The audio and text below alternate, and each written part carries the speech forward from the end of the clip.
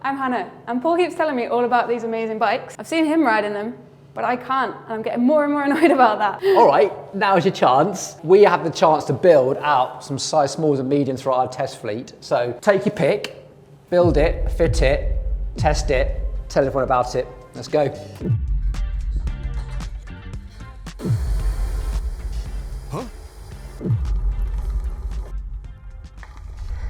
You might have seen me on some of the shorts and on the socials, but I've not done my own long form video yet. And I think part of the reason of that is that when we look at all these bikes, the ones that Paul's been banging on about for the last however long, you notice they've all got something in common, and that's that most of them are size large. Now I'm pretty average height for a woman, but I can't get anywhere near a large, so I've been test riding a couple of the bikes. Test rode the Villia in a size medium. That was definitely too stretched, and Vicky was kind enough to lend me her beautiful time bike, which I had a great time on, and this one's a size small. Now we have got, back here, a Time ADHX 45 in a size small. I've managed to convince Paul to let me build it up with stuff that we've got hanging around the shop. So we're now going to build some wheels to put on this bike. In selecting the components for this, we've more or less gone with what we can find in the shop, with a couple of exceptions. So you guys have told us that we should try out these challenge tyres.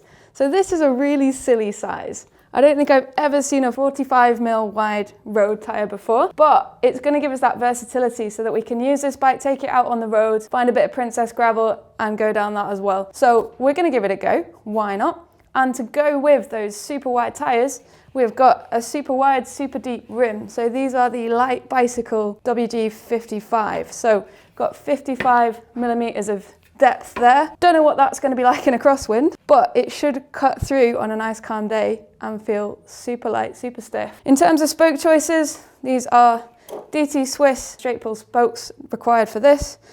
So we're going with these hubs because we had them in the shop. I really wanted to get some CX rays on here, just mainly because having a bladed spoke makes for a much easier wheel build because it means you can use this bladed spoke holder to stop the spoke from rotating as you build. However, they were over budget. So instead, we've gone for just a Sapim Race double-butted spoke here. They are straight pull, but they are also round. So if you see me struggling with that build, that's probably why. But we're gonna give it a go. We've got the bit printout sheet here, so we're ready to go. We've got all of our spoke lengths. It's time to give it a build.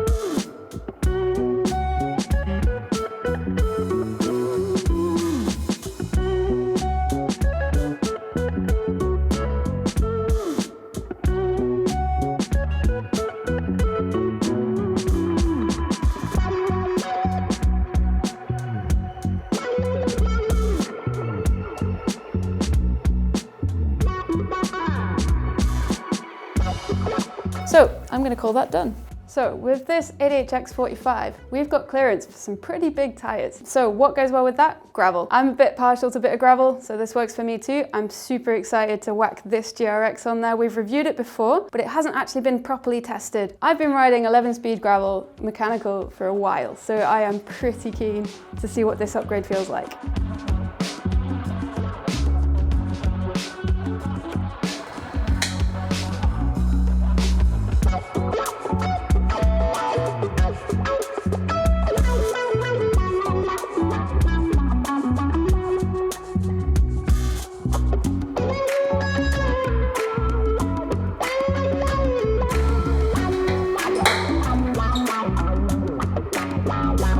So here she is, one fully built bike looking really sick and ready to roll. So I'm excited to ride it, but the first thing we got to do, like, I don't know about you, but I've always found it really difficult to find a comfortable position on the bike. And part of that is going to be to do with sizing, and part of it is going to be to do with fit. So with this particular one, I've gone for a size small. Now I'm 170 centimeters, which is above average for a woman.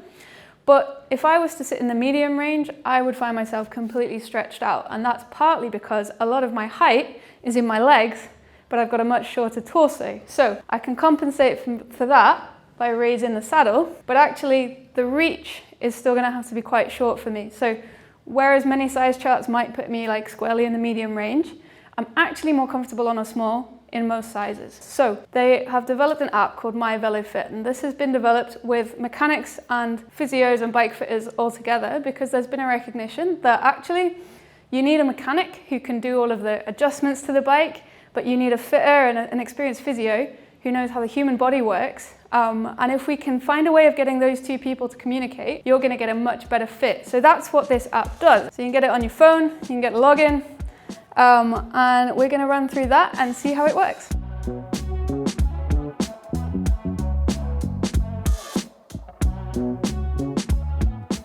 Okay, so here's what you see when you get into My Velo Fit as the app. It's just in a web browser, it doesn't have its own app at the moment, but we've got a few different options here. So we can fit an existing bike. When you first create your account, it'll ask you some basic information about you, which means, you know, like your height, weight, and it's even got a couple of bits on your own flexibility. You can do an AI body scan, and that will help you to find a bike that should fit your kind of unique body proportions, as that can be something that's quite tricky to get right on your own. But what we're going to look at here is the fit in an existing bike. So I've put in some data here, and it's asked me what kind of a fit I'm after. So I've opted for the performance and comfort option here. I think ultimately what that's going to mean is that it's going to put me somewhere in between quite an upright position and quite a forward position. So I've had to upload a video here of me cycling on a bike. It's got a full set of instructions there on how you do that, and it's given me this full analysis now of suggested changes, and you can see that it overlays a couple of key points of the body and will give you some data on that. So this is really interesting. It's clocked here that my knee angle is a little bit overstretched. So it's probably right to lower the saddle just a smidge, and from that it can do another analysis and see what we're doing. I am quite surprised by this data analysis that it hasn't suggested dropping the handlebars by it, but I'm wondering if that is partly due to the choice that I made of comfort and performance. If we were going for performance fit, I think it would be a much more aggressive forward leaning position. So yeah, I'll have to do a bit more experimenting with that to see what it suggests. All right, that was super fun. I'm so excited to be bringing this out for its first test ride. And these tyres are just ridiculous, but they are so much fun to ride. We're out here on the Lancaster Canal, so we've got some beautiful kind of hard pack, it's almost princess gravel that we're testing it on, and it just rolls over everything super smoothly. So that is super fun. I can't wait to test it going a little bit faster. I can't wait to test it going like a little bit of an incline, a little bit of a descent. I think it's going to handle it super well. It's a super comfy ride. First impressions on fit, yeah, like it feels solid, it feels super stable under me. I want to give it a go, going a little bit faster, leaning a bit further forward, but at the moment it's all feeling good.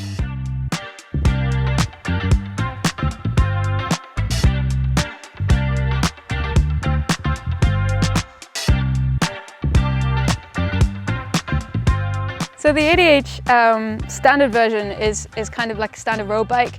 It's got the stiffness, it's got the speed, it's got the lightness. So we're working on here the ADHX 45. So we've got extra clearance, and we've worked with that to kind of put what we've done on it, but we've still kept it quite roady with slick tires. And we've got kind of road pedals on there, road shoes, all of that. But we've got the GRX. So this is tempting me to go something a little bit more gravelly. I think I'd be very interested to take it on some more challenging terrain, maybe stick some mountain bike pedals on there, get some gravel shoes on there and see what happens. So this has been a great test ground for just some like fast, flat hard pack. We're gonna see if we can go find some more princess gravel and test out some different capabilities of this bike.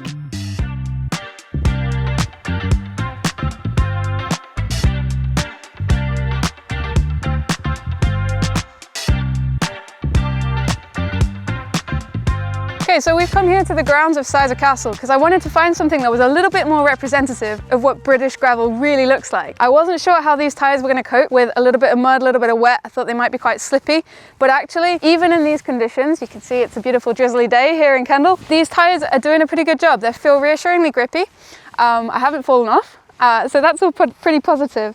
It feels pretty stable even in these conditions, so I think this can be a bike that is suitable not only for like continental fire roads, princess gravel, but also for some of the British gravel that you'll be more familiar with up in the Lake District. So speaking of traction and tyres, I'm going to go test these out when we try and pedal across the grass, just to see if they can handle a bridle weight.